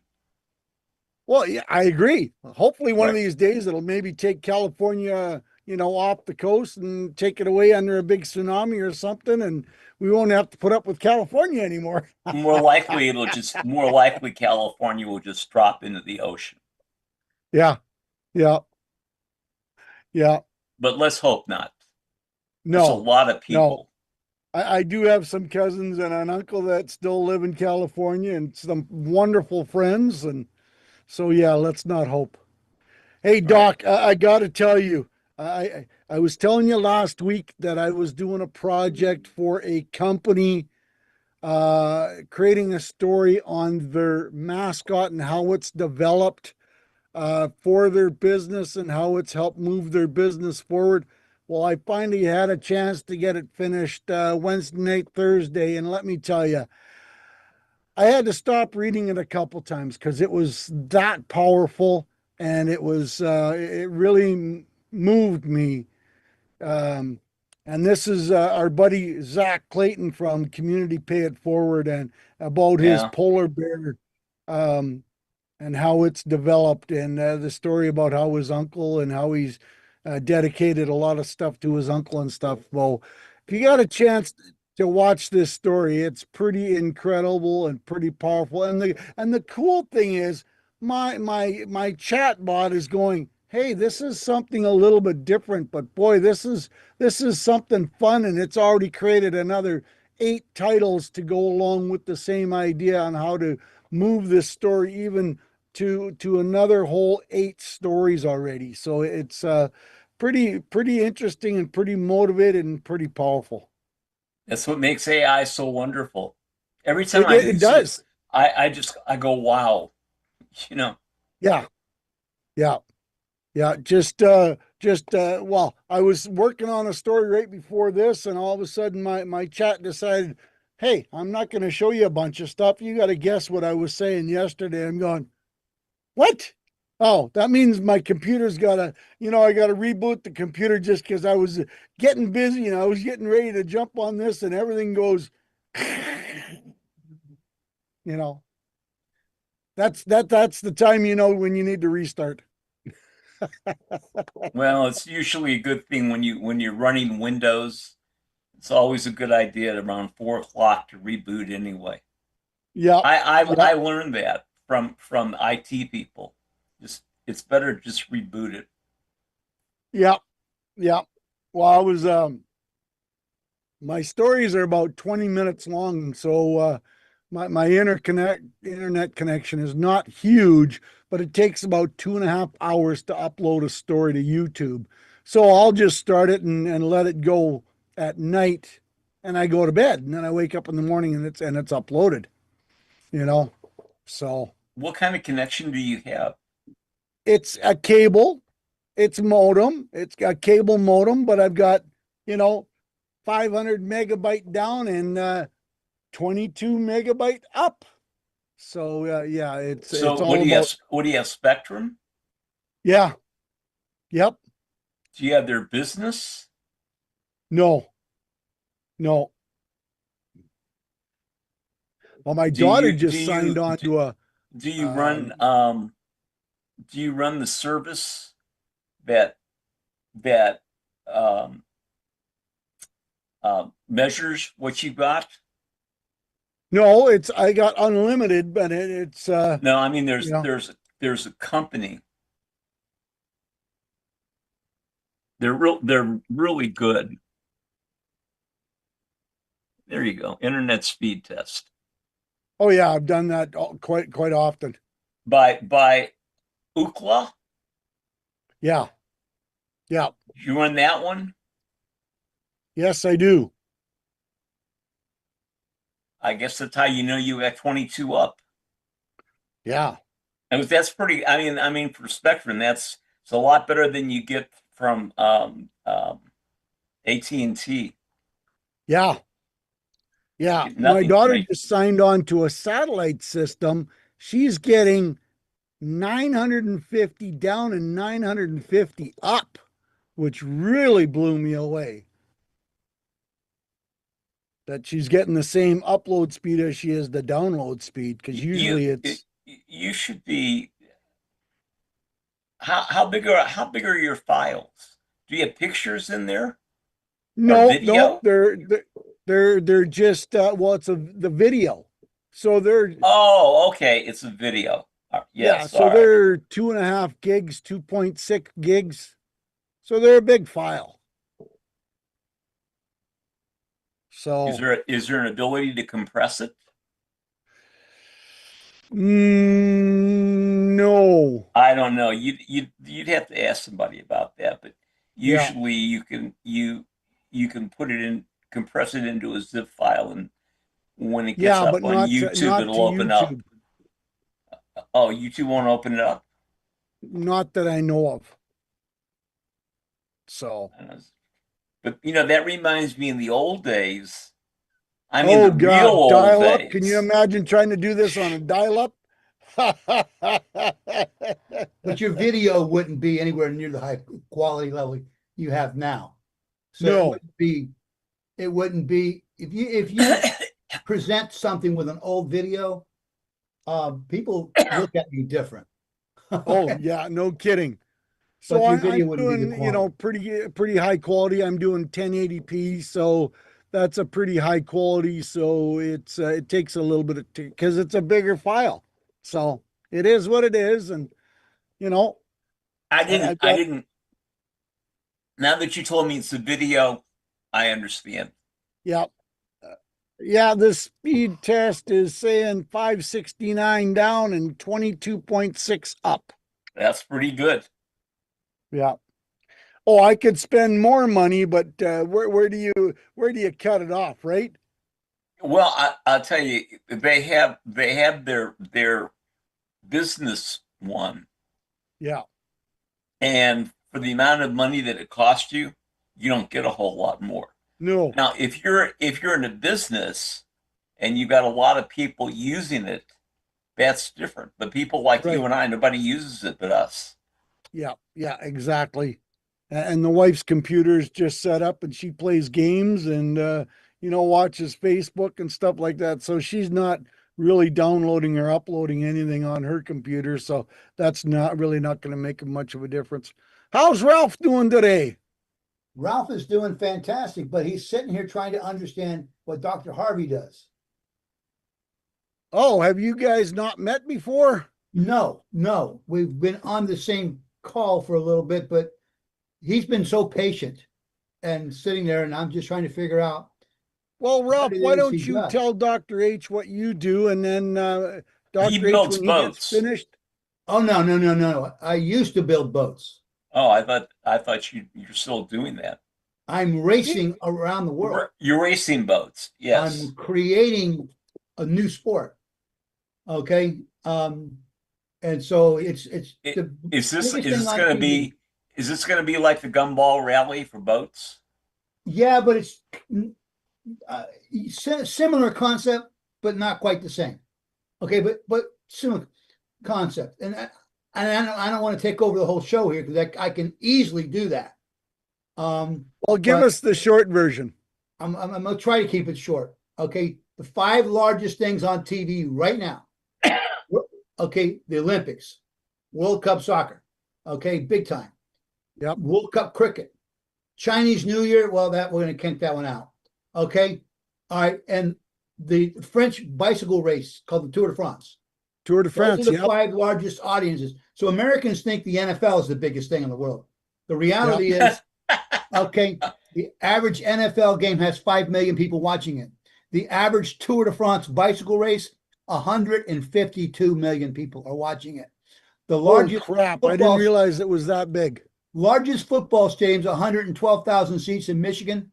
Okay, the size of the crowd that shows up in person to watch the Tour de France, just under 1 million people, almost 10 times as many people show up. And I actually have 2 friends that watch it on TV. Yes, Yeah. Oh, And which surprised me. I mean, that shocked me. yeah, Yeah, I some when of I these started- soccer stadiums too, like in Brazil and Portugal and that they're 150,000, Oh no, people. no. 114,000 is the largest football soccer stadium in the world. It's in North Korea. It's my job to know that. I You- thought you- they had you one know- in Brazil that was 180,000. No, I think we're going to see soccer is going to become a sport that's going to outpace football. Oh, I think so too. Potentially, yes. And this World Cup is really going to Be- open up the doors because to of the US. World Cup. I mean, This is it's the just second time. it's amazing. A few years ago, you could buy a Major League Soccer team for $3 million. Today, a Major League Soccer team, the top ones are worth about $1.5 billion. Okay, the top ones. The ones that are not that good are in the 700, 800 million. But right now, as you just mentioned, the price of the value of those teams is going up big time. So, but you could buy one for $3 million when they first started, and they went up a little bit every year. So the biggest things on TV are nation versus nation competitions, Right. with the exception of Chinese New Year. But everything else, the biggest things on TV are nation versus. They look in China. They like to watch some guy dance around the dragon outfit, okay, and they all watch it at the same time. You know, we watch the ball drop in New York. They watch the guy dancing around in a dragon outfit. But as far as that goes, the largest audiences are all that. It's the nation versus nation competition that brings out the biggest fans anywhere. So when you get into the size of stadiums, okay, the largest stadium in the world is actually Indianapolis 500. It holds 250,000 regular seats and then 150,000 On the crammed in infield. seats for a total of 400,000. It's racing. It's all it is Yeah. racing. Okay? Huge. And you know what? Unless you're sitting in Grandstand K, you can't see anything. But they It's come. just, you're right. And It's- they do that. They come because it's the greatest spectacle in racing. It's a great spectacle, and it's also an event. It's a big deal. Right. I went Okay. twice. I mean, it's it's like everybody should go to the 500. Everybody should go to the Rose I've Bowl. been to Yeah, Charlotte for the So NASCAR race. And so like the America's Cup's a sailboat race. A lot of people say, Yeah. well, no one watches boating. Really? Almost 1 billion people watch the sailboat race. Almost 1 billion. It's just under 1 billion. It's a lot of people. So and you say, what is it? It's just two boats racing. They must be going really fast. They go about 50 miles an hour. Okay, that's it. Okay, that's it. Just two boats racing. But the sea is not glass. Oh, yes, it is. For the America's Cup, it's got to be, if the winds are under 20 or over 23 knots, they shut it down. Really? Okay. Yeah, because they've where's had the boats tip sport in over that? and people die. Well, Okay. that's true. It's basically calm seas. So we're creating something where the boats are going to go faster, and they're nation versus nation. And the beauty of this is that you have basically 40 races before you get to your finals, the playoffs. Okay, but you have 40 races, and the top teams that come out of the normal races, the 40 races, they go to the playoffs, and you need the playoffs, the final, the hype, all that kind of stuff. People like the hype. But so we're racing around the world. So the first race would go from San Diego to Hawaii, then from Hawaii to Tokyo, and then Tokyo to Singapore, Singapore to Sydney, Australia, Sydney, Australia to Cape Town, South Africa, Cape Town, South Africa to Mumbai, okay, and etc. But those are long races. You have the ocean race, which you take all of that and condense it down into a 1-hour TV show, kind of like Survivor. You see Survivor on TV, they take 2 or 3 weeks and they condense it down into a 1-hour TV show. Okay. Then you have your actual live races. Okay, kind of like Survivor does. The final thing is live. The NFL does the same thing. You've got everything that goes on in the whole NFL is a pregame show, and then you have the actual game. Okay. So for us, the actual race is in the harbor. It's nation against nation racing harbor, but these are not small boats. These are big boats. Okay. And they're loud. They're loud, yes. And people like that. They like get down close to the water. The closer they can get, the better. Okay. And as far as that goes, so we do all of the local races so we can sell the TV audience. The local race, it makes it personal. If it's personal, you'll follow it. And so it's really important to be personal, because if you go to like most boat races, and they have huge crowds, like Cocoa Beach, Florida, we have 100,000 to 200,000 people that show up for the Thunder on the beach. The problem is that there's no reason to connect to the boat. What I mean by that, if you go down to the beach, you got 200,000 people sitting there watching a race. Oh, it's cool, it's cool, it's cool. Well, hoping to see a wreck, okay, but that's what they're hoping to see. But you ask them, who are you cheering for? They don't have the foggiest idea. They don't care. Okay, so consequently, because there's no connection, they don't follow the TV attached to it. Okay, because there's no personal connection. So what we do that's different is that there's one team per nation, and only one team per nation. So automatically you're the top tier in that country, automatically. by being the top tier in that country. And then when you go to race, we go over to Europe and we've got these teams from different countries racing, everybody knows who they're cheering for because they're cheering for their country. It's just like Great right idea. now in Major League Soccer, Americans are cheering for Team USA. Okay, that's what they're cheering for. And we're doing pretty good. We're not at the top of the line, but we're not far from it as of the last time I checked, which is yesterday. Okay. So anyways, you create that nation versus nation out there competition, and you create that personal connection. That's so important. We do publicity tours. We go to all these small little towns all over this country. Why do you go there? Because people, when they see you, they get that personal connection. And that personal connection is what people want. I'm in Tampa Bay. Guess which NFL team I cheer for? Denver. The Dallas Cowboys. Well, at one time, I did cheer for both of those, but I still live in Tampa Bay. Take a wild guess at who I cheer for now. Well, I would think it would be Tampa Bay. Yes, you got it right. Check it out. That's hard to figure out. And yes, I did live in Denver, compliments United States Marine Corps, back during the Orange Crush. If you remember the Orange Crush days, back in the late 70s. Okay. Yeah, Boomer was the. Pardon me? Boomer was the quarterback. Right? Yes, I believe that's correct. You know what? I'm not 100% certain. It's been a long time, but it sounds appropriate. But it was the Orange Crush. It was the defense. Everybody was cheering for the defense. And then I lived in just outside Chicago during the '85 Bears, doing the Super Bowl shuffle. Okay, and remember Gerald Perry, right? Gerald the Fridge.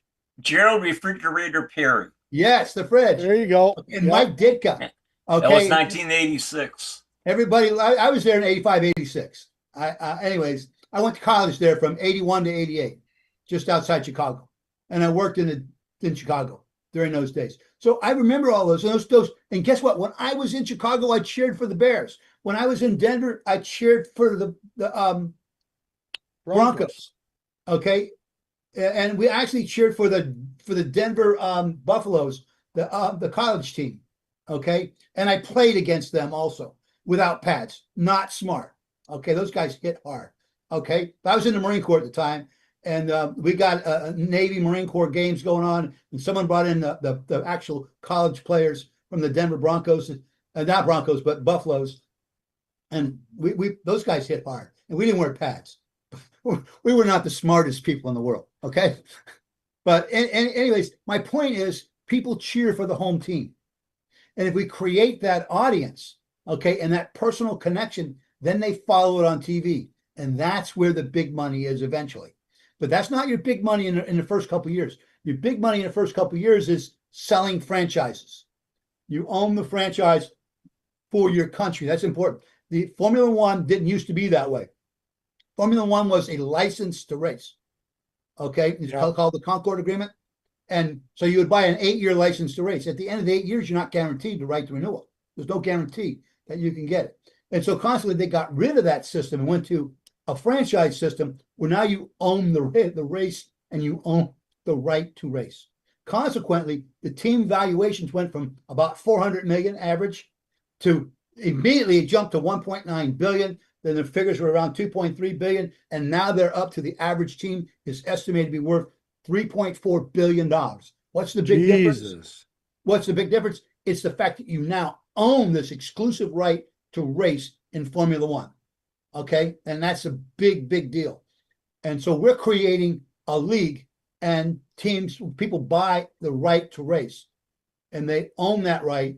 They can turn around and sell it. So if you were to live, say you lived in France and Dr. Harvey, you bought the right to the French team, you might pay $6 million the first year for it. Okay, but because you can afford a $6 million purchase, chances are you have friends or you know somebody or you own a company that might want publicity. So now you get the company to say, okay, we'll pay $20 million a year to put your name on the side of the boat. You say, right. Who would pay $20 million? Well, if you go look at what's on the America's Cup, the average sponsorship is more than $100 million per season. More than that. The Enos, the British team, got $157 million in sponsorship fees. Okay, why? Because almost 1 billion people watch it. That's why. It's pretty simple. Okay. So anyways, you do the same thing. And so the company becomes valuable, and then you do to which I think is the most genius thing in the world. Jeff Bezos. Jeff Bezos took a fledgling company public, and everybody said how stupid Jeff Bezos was for taking this fledgling company public. And Jeff Bezos' answer was, I want to build a major corporation. To do so, I need access to lots and lots of money. Now, as a publicly traded company, I can get money against my stock, okay, that I can't get as a privately held company. And so he did it. And obviously now it's the largest or second largest company in the world. So obviously he's not as stupid as everybody said he was. And we're going to do the same basic concept, because I want to build a gigantic company. I want something I can compete with Formula One. And to do that, I want to take the company public. And I think if we do this right, we get 50, eventually, not right away, but eventually 50 teams from 50 countries. We have our own major league. I think it's a great idea. Oh, it's more than an idea. The potential is there, man. It's unbelievable, Ralph. Yeah, we're way down that road. Anyways, hey, I apologize. Kurt called me and asked me to be on this show, and he said, you might be the only one. So I came prepared to talk for the whole time, but it's not fair to you guys. Okay? Not fair to you at all. So we still don't know what Dr. Harvey does. I fix brains. I'm sorry? I fix brains. Can you fix mine? No. I've been fixing brains for 50 years. And basically I treat people, because now the whole world has suffered from neurotoxic exposure. And so I help people get rid of the effects of that. And particularly if you're a diabetic, we can get rid of your diabetes. We can get your A1C down to 6.4 or less and off of your meds in 6 months. Guaranteed.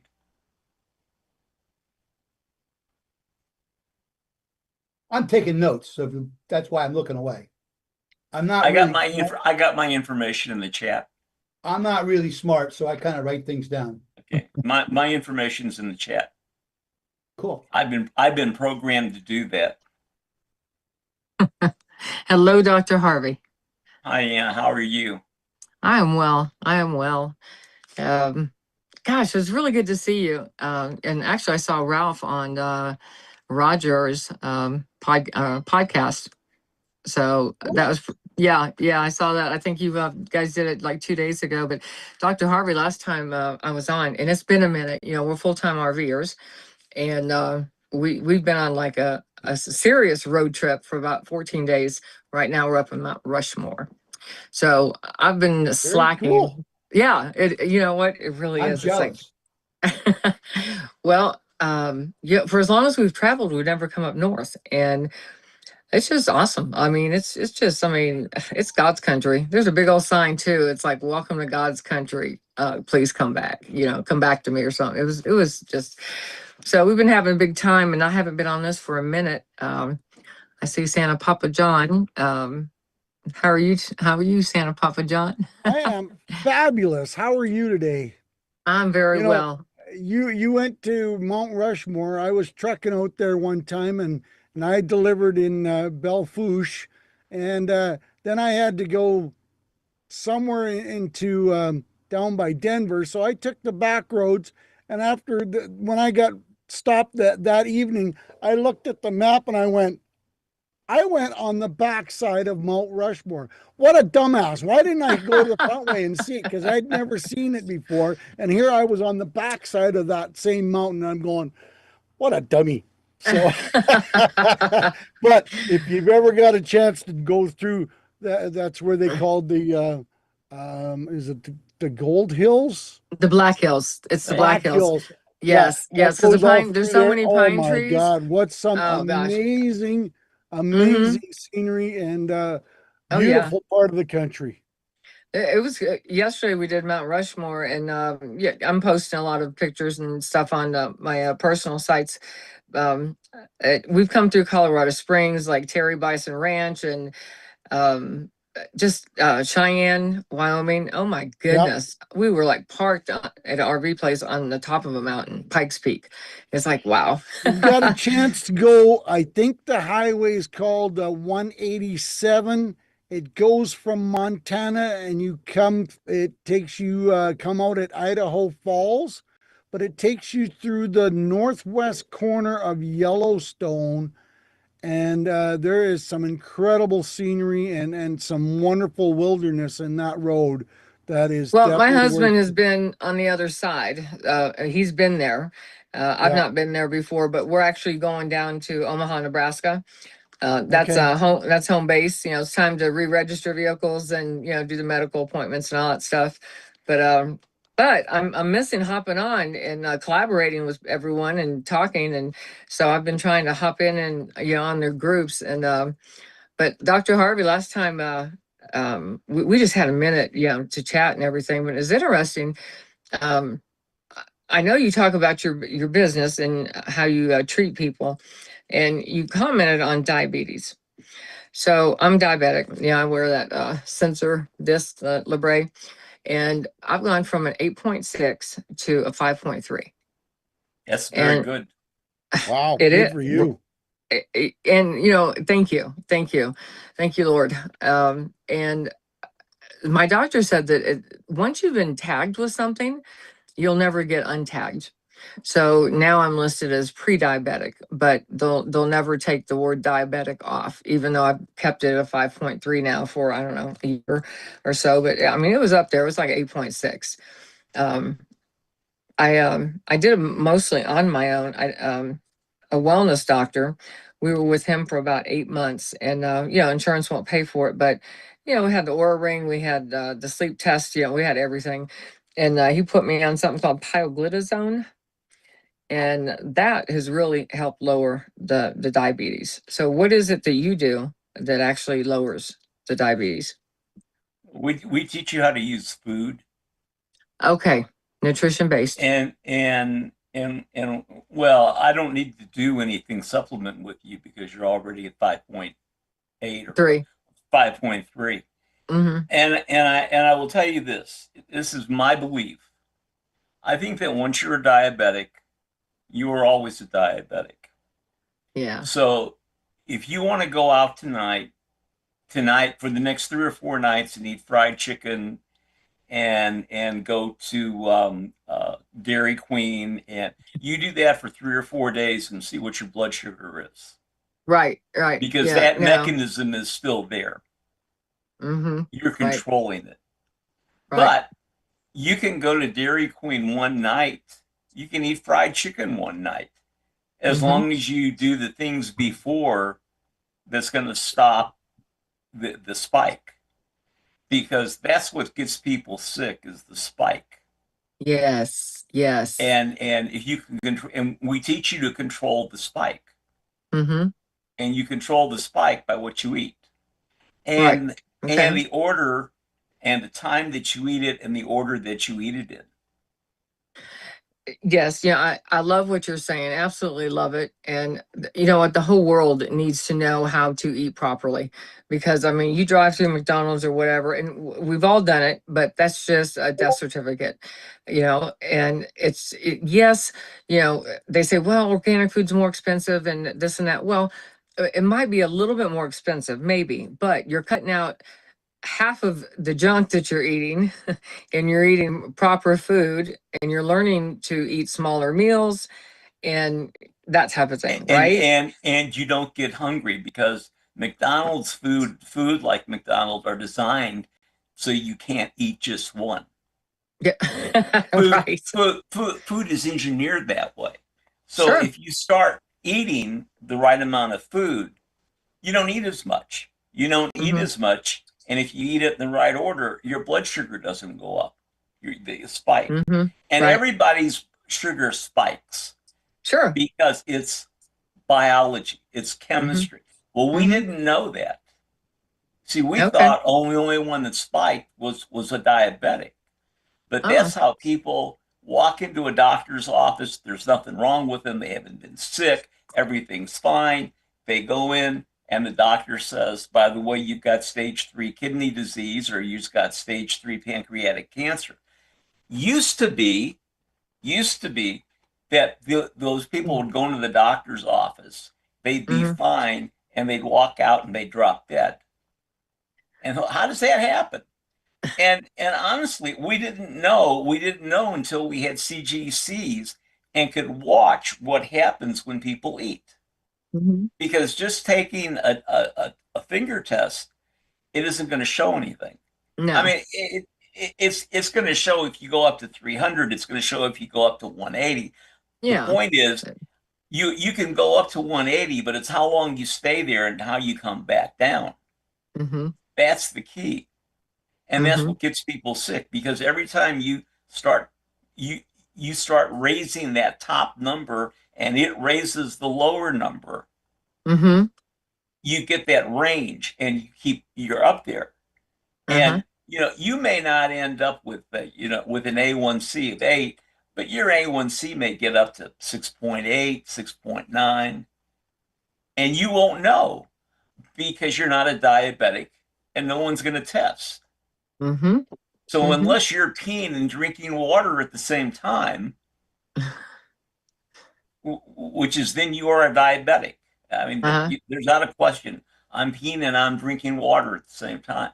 But most people who end up sick like that, and not everybody who has the spikes ends up with diabetes. That's how they get heart disease. It's where your weaknesses in your body and where the liver's going to start storing stuff. And Yes. now the liver is out of places in the Mm-hmm. body to store stuff. So Mm-hmm. the only thing they got left are your joints and your skin. Uh-huh. And that's why we're seeing psoriasis and eczema. And I see these advertisements on It made me scratch. for kids. They're kids. They're 10, 12, 14. Mhm. They're young kids, and they're sitting there comparing their skin. When I was 12 or 14, we had zits and we used Thisohex. That Oh my was it. gosh. Yes. Quick question. Yeah. Uh-huh. I'm looking at my blood test right now. I'm just curious. Is A1C listed as something other than A1C? It'll be HbA1c. HDA? HbA1c. HDA1C. Capital H, small b. Capital A, 1, small c. But I don't think that's usually a test they're only going to do it if you're a diabetic. And you don't Right. look like you're a diabetic. Well, I thought that when you ask for a complete blood panel, that If you they want to pay for it. automatically, right? Well, my insurance pays for it, but I mean, mine started with gestational diabetes, almost 40 years ago. So and they're so going to that's do it how. on you all the time, right? Right, exactly. So Right. once one's tagged, always tagged. But it's interesting you saying about the liver and the weakest part of your body, your skin and your joints. So as I said earlier, we're traveling and we're actually heading to Omaha to do all the medical that we do once a year, not more than every 18 months, but doing the liver test, doing the lung scans. We see our skin doctor. My husband's had the little cancer spots, but he goes over every inch of us and just every test, cardiologist, so it's like a maintenance thing. And most people do have insurance. And yes, there is out of pocket, but think of what you're paying for. You're going to find out if you have my cousin, God bless her. She passed away about 5 months ago, and she'd been sick for 3 years. My cousin was getting aggravated at her, and what's wrong? Why can't you, get up? Why are you falling over? Nobody could find anything wrong. Then he finally took her up to Cleveland Clinic. They're in Toledo, and they diagnosed her right there with stage 4 pancreatic cancer. and she had, and they said, you have about 3-4 months. Well, she died 3 weeks later. How do you get something like that? We do, yeah, but our testing is a residence testing, Mm-hmm. and I would have seen that. What I see when people come in, she had spikes in her blood sugar, Uh-huh. and it was showing up in the testing, but the doctors didn't know what they were looking at. Okay, because they're not trained to see it. So in our testing, we end up doing a test, and it gives us a lot of information, more information than you get anywhere else, unless you have what you're having done. Right. And And it's only by going to doctors like yourself, because but your insurance does not cover it, because a lot of this is wellness, unless you ask for it or they give it the right diagnosis, well, or something like that. But you're right. There's so many blood tests. $500. We charge $500 for the test. That's what we were paying, $500 a month. Well, no, this is $500 for the test. Well, that included the test. So. Right. And then it tells me, where to go and what to do. I mean, you're living well. Your husband, if he's got the skin cancers, it's because he has problems somewhere down his line. There were problems with skin back in his family. Okay. So that's a weakness. I wear a hat because skin cancer runs in my family. So does diabetes. So does psoriasis. These are now, they're all inflammatory diseases. And the key is controlling the inflammation. Yes. If you control the inflammation, you control the disease, and you live longer. Right. Now, there's lots of ways to do that. The easiest way is through diet. The pills that the allopaths give you, they don't work. So we try to get you to sleep. We try to get you to do meditation, and if you don't, that's fine. We can give you hypnosis. Well, what Maury does. Okay. Brain entrainment. Oh, that's right. I talked to him too. Yeah. Yeah. And those are all ways. And when I started doing this, we didn't have meditation. We didn't have brain entrainment. All we had was subliminal hypnosis. I use that because you have to be able to control what's going on down here. Right. In your gut and in your heart. Yeah. And now the big thing is your heart. Yes. And they're finding out through the Heart Math Institute. I just came across this. So we're really, back when I was doing this, when I started this, we didn't have the technology. We just didn't. I wrote a paper in 1991 that the body was a battery, and you died because you couldn't put the chemicals in it. And at that time, I identified that the battery, that the alternator was sleep. And that was in 1991. 1993, I wrote that the brain was digital. I wrote that there was a connection between the gut and the brain in 1995. So all of this, I knew that by watching what was happening from people I was treating and what I was doing with it. Well, now they know that. So everything is your microbiome. But here's the thing. You control what you put into your mouth. But you also have to control what comes out at the other end. Because if you don't do that, you're not controlling anything. It's a big, long system. So what comes out at the other end, you may think, oh, well, I poop once a day, or I poop once every 2 days, and I'm fine. I don't have any irregularity. But you do. You know, unless you're having a bowel movement 30 minutes after you eat. You don't have to live with that, but Right. that's normal regularity. 30 minutes after you eat, you poop.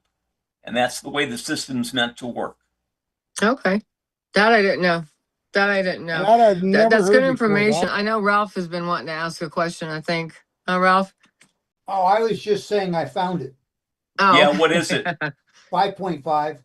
Yeah, I wouldn't think you were diabetic looking at you. Nice. Nice. To me, I think your health has a lot to do with what's between your ears as well. And It your does. attitude about life. Because so what you think affects you. is the source of stress. Yes. Mhm. And it's the source of stress that the physicians never talk about because they don't have a pill for it. Well, there you go. My daughter's a pharmacist. And so we have these arguments all the time. Okay. And because if I say something healthy is healthy for you, and she'll say, well, we have no evidence to back that up. Right. No, we have 4,000 years of history. Okay. All right. Seven. Garlic. 7,000 really, because Oh, wow. Okay. It's 7,000. I'm Okay. not gonna argue that, Because when you start talking about Ayurvedic and Eastern medicine, but which is one of the things that I did to get people well, I was an acupuncturist. yes. So we've got thousands of years of history on all of these things. And because you cannot do a double-blind study and spend a couple $1 million on the study, it's meaningless. And because which pharmaceutical company is going to spend a couple $1 million on a study that's going to cost them billions of dollars in business? No, not the ones you see on TV for the commercials.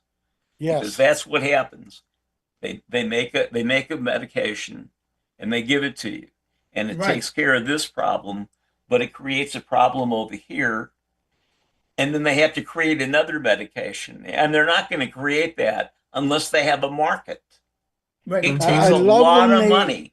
I love when they say, oh, and here's the side effects, and the side effects are about 47 things long to cure one problem, and they've created 46 other problems because they're trying to cure one. Well, first, it should be illegal to advertise to people who don't have the authority to make a decision.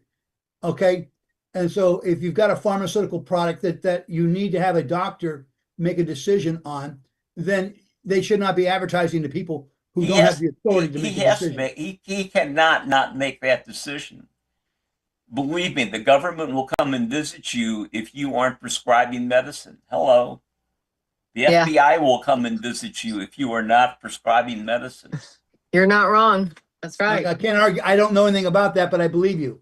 Well, Yes. and I know what you're when I went and I talked to a group of breast implant ladies, and they said, well, do you have double-blind studies on your treatments? And there were 40 or 50 of them there. And I said, do you all know what a double-blind study is? No. Well, let me explain it to you. Now, how do you know what the outcome is? And then I told them about the use of statistics and how they come to, I mean, a PhD, you are an expert in research. That's what you are. You're an expert in research. And so you have to understand when they do these drug studies, and if they do a big study, then you know it's going to work. But they don't tell you what happens downstream. When I deal with people, I deal with the problem that they have. I don't deal with their symptoms. I deal with the source of the problem. Because that's what's going to get them well. A couple of months ago, I read about a study that they followed 168 people around that were in their 70s that they got tested for cholesterol. And these are people, the majority of them had high cholesterol. Okay? And they didn't tell them what to do, they just followed them. And basically they kept reports. And the evidence was the ones who had high cholesterol of the ones who made it to 90 years of age and older, They were the almost highest. almost all of them had high cholesterol. Yes. Okay. Because And there's a untreated high point, cholesterol. there's a point that favors you, the cholesterol having. It has to do with the way your blood's flowing. It also has to do with whether it's hard cholesterol or soft. Because if it's soft, it can break off and you have a stroke or a heart attack. I mean, these are things we didn't know. But basically, you have an LDL, and if your LDL is high and you're over 60, you've got a better chance of living. I'm 80, and my doctor argues with me, and I have to go get my blood tested twice a year because I'm diabetic. I'm not I would have anymore. never guessed 80. I would have never guessed. I'm not anymore. It's 5.8, which is kind of like, you really are, you're a borderline. But I know what I have to do. And look, we all have 57 trillion cells, give or take. We all do. We have 13 trillion in our brain, give or take. But my 13 trillion are different than your 13 trillion, and they react differently. And the 57 trillion cells in my body, while they're doing similar things, they react differently to different things. And we don't know enough to know. So what do? We put people on foods, our supplements that we know work, and then we put on foods that we know will keep you healthy. And then we get you into exercises that basically, I have exercises that people can do in bed. I have exercises they can do on a chair. The idea is you want to keep moving because that's what keeps you healthy. Moving. We used to think the heart's a pump. It's not a pump. It works similar to the gut. It does this. It's a muscle. Well, yeah, but in the way it pushes fluid through. And what happens, there's something out there that can help people. What we try to do is teach people to be their own health care consultants. If you're sick, where do you go to find the information that you need? You don't have to be like me, but there are places you can go out there to find information. I mean, Right. That's the point.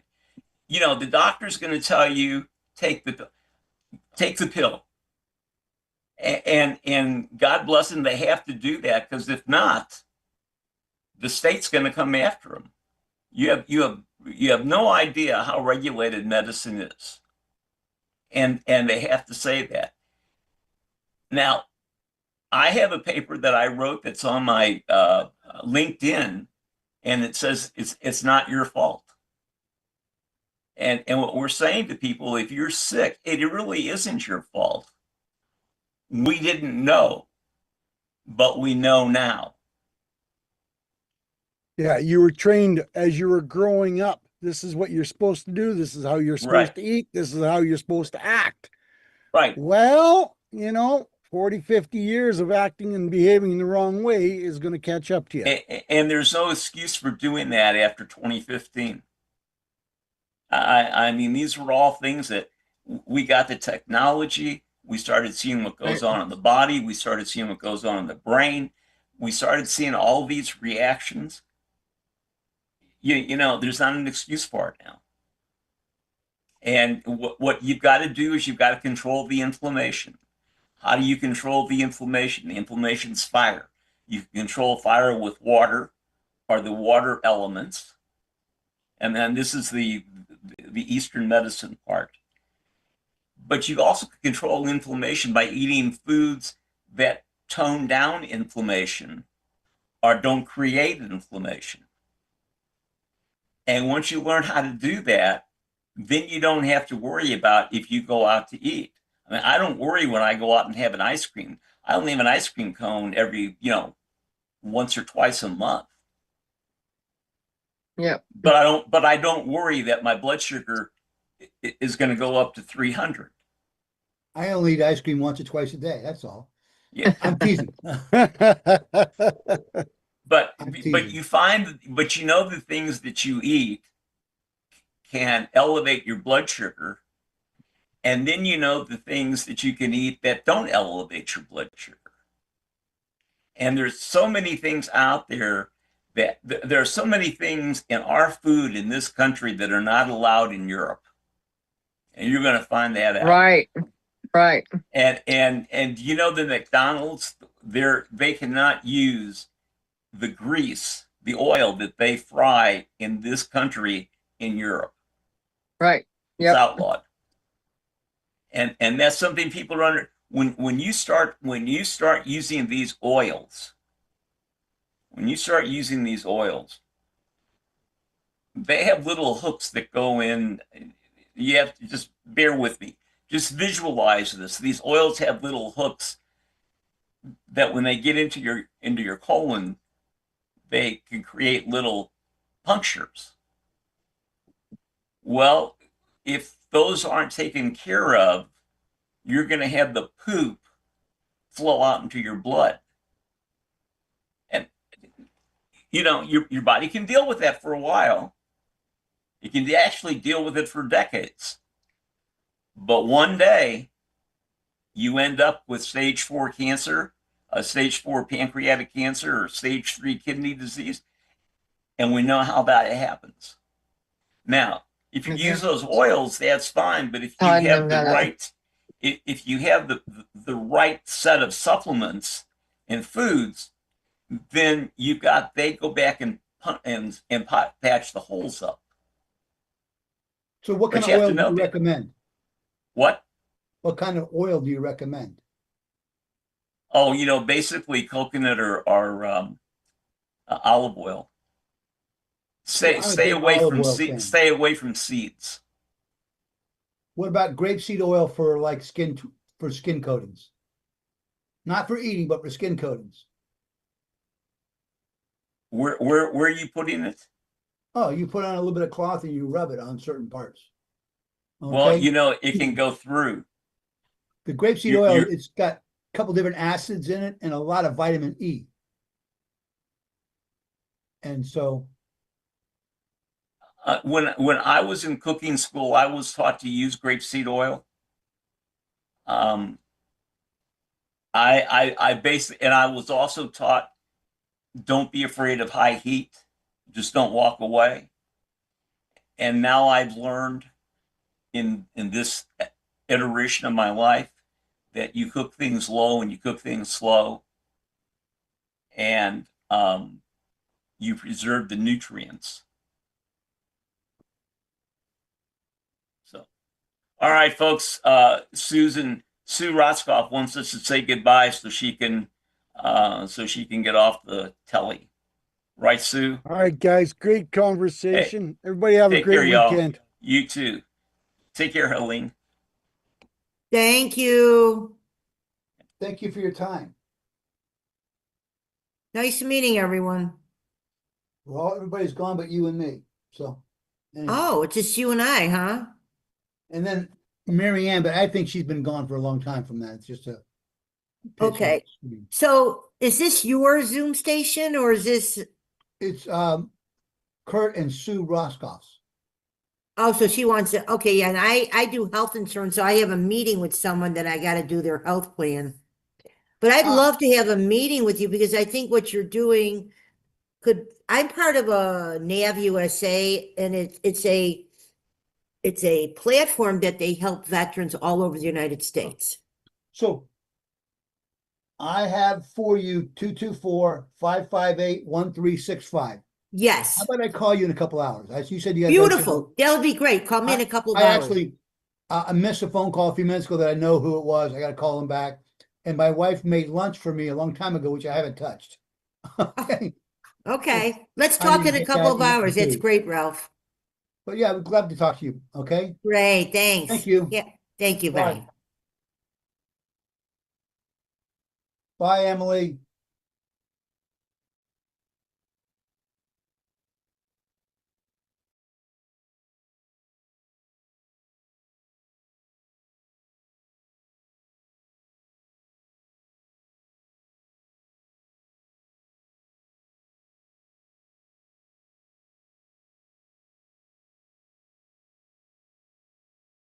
Recording stopped.